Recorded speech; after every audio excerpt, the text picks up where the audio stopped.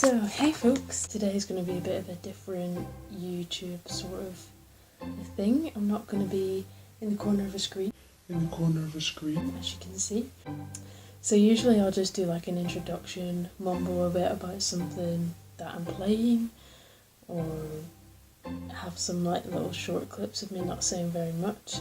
But today I've decided that I'm going to do something that's all talking, and it's going to be done in my awkward fashion, so maybe it will still be a bit mumbly, but it'll be good for me. So basically, today I am going to do my first speaking run through of a presentation that's due in at uni. But I mean, not to worry if it's not good anyway, it's formative, which means it's not being marked.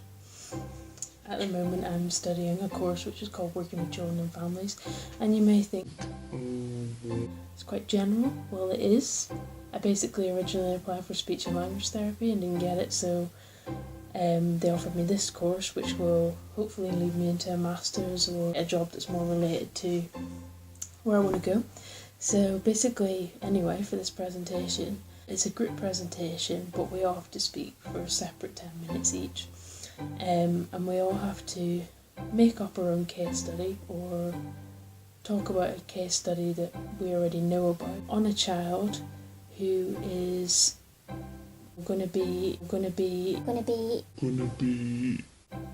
doing a global transition, which is basically this child, whatever case study you make up, will be moving from one country to another country. And we have to talk around the issues for action, the actual case study itself obviously, what sort of change management would be good, and a bit about what resilience they may have from this, or what resilience they already have from the case study. So it probably doesn't make any sense to you. But anyway, it's the first time I've ever spoken it out loud, so I'm pretty definite that it's going to be awkward, and that's why I'm doing it today. So it's just basically an opportunity for me to take the mick out of myself and hopefully entertain you as well. So here we go. So basically I'm doing a case study on a boy named Carrie. So we have Carrie, a boy aged 12, who was from West Africa, where he lived with his parents Monifa and Kofi. He occasionally spent periods of time in another household with his extended family due to money deficiency when he was a young child. Monifa and Kofi passed away unexpectedly, and Carrie's extended family in Africa were unable to look after him full time. For this reason, he was moved to England, where he had an auntie and uncle who were foster carers for 8 other children. Little side note here, obviously I made this up. So then I've written down my issues for action. So some struggles that Carrie may face from this global transition are his age, for example. Puberty starts. As well as a sudden change of lifestyle, Carrie could be facing puberty at this stage. This could cause his anxieties on this transition to heighten at a time in which he may already be more self-conscious. Another issue for action is the culture change. So Carrie is leaving West Africa to move to England. The difference in culture may therefore be a struggle for him. Then parent and family loss. Carrie is bound to be feeling a big sense of loss as his parents have passed away and he is moving away from a culture and extended family in which he knows very well. So then I'm going to talk about theories. So using Baumann's parenting styles, authoritarian, authoritative and permissive. An authoritarian parent is someone who is,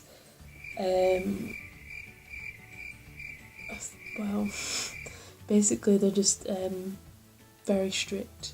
They go by their own rules, and possibly, according to opinion, you could say they're not particularly nice. They don't really take in the child's concerns. Authoritative is strict, sets rules, but also listens to the child. And permissive is basically doesn't really pay much attention at all, kind of doesn't really say much. Not strict, not... Otherwise just... Using those parenting styles, it can be seen that Carrie's parents looked after him differently to his auntie and uncle. We find that Carrie's parents were authoritative, making sure Carrie was directed, but in a rational way. However, Carrie's auntie and uncle can be permissive as they look after so many of her children. This could result in Carrie perhaps getting into the wrong crowd. Another struggle is education change. Carrie's parents did not value going to school and had Carrie working from the age of 10 at his parents' shop. However, it is deemed as more important in England and to Carrie's auntie and uncle that he stays in education until he is at least 18. Another issue is different healthcare system. Carrie was not heavily involved in the healthcare system in West Africa due to his parents' lack of money to get the care he needed. Additionally, there was a lack of money put into healthcare systems where he lived. In England, even though he may have more access to healthcare, they may struggle to get any information on Carrie's health from Africa as he was minimally involved in the healthcare system. So a change from family to foster care itself is a struggle.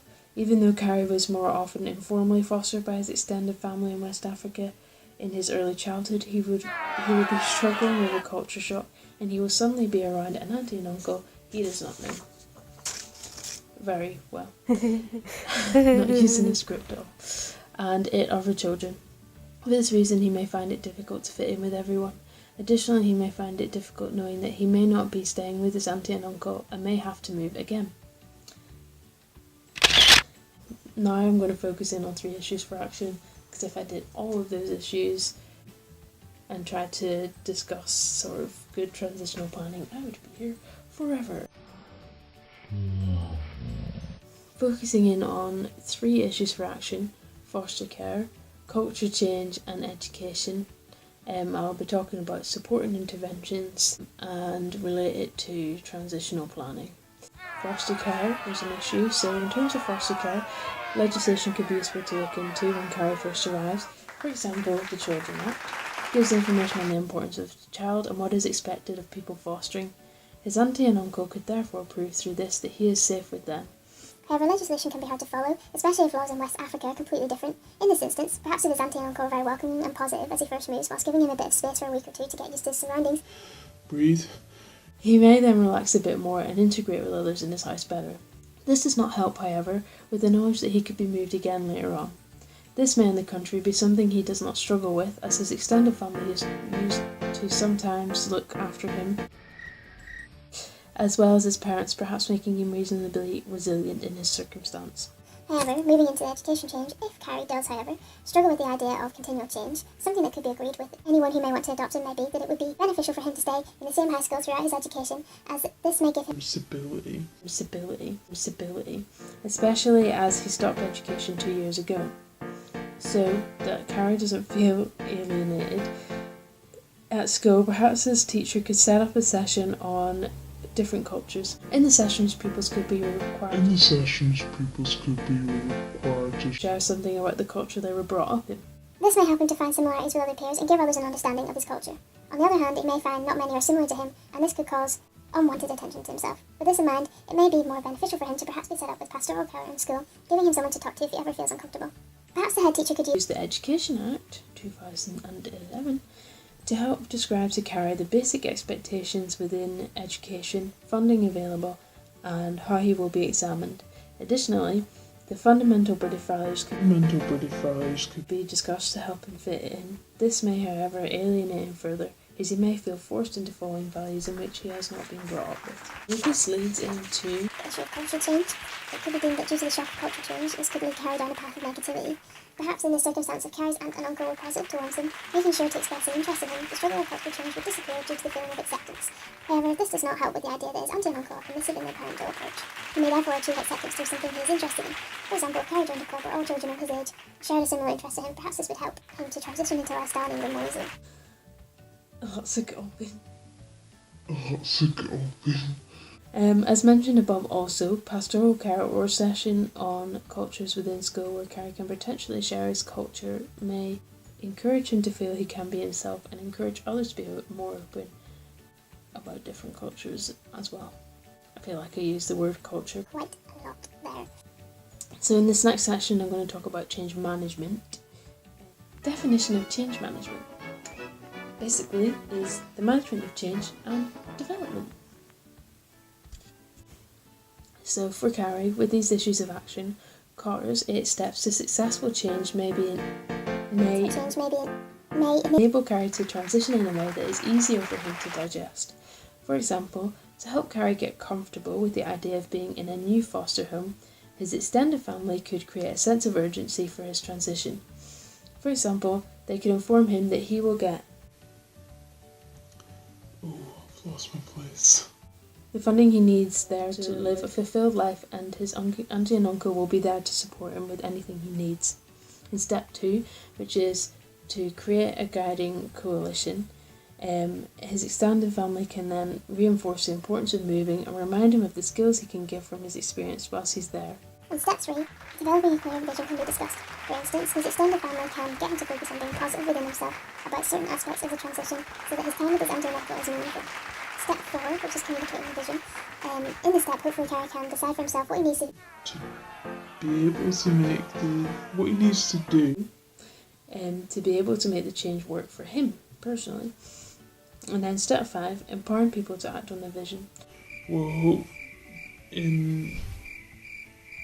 This will hopefully be the stage in which Carrie can take the move to England with a more positive mind. Here he can set simple goals such as familiarise yourself with the surroundings of your new home. Here he can set simple goals. Repeating. Step 7 that is then just building on the initial goals that he made. So for Carrie's baby, now that he's familiar with his home, he needs to get familiar now with school and what it entails.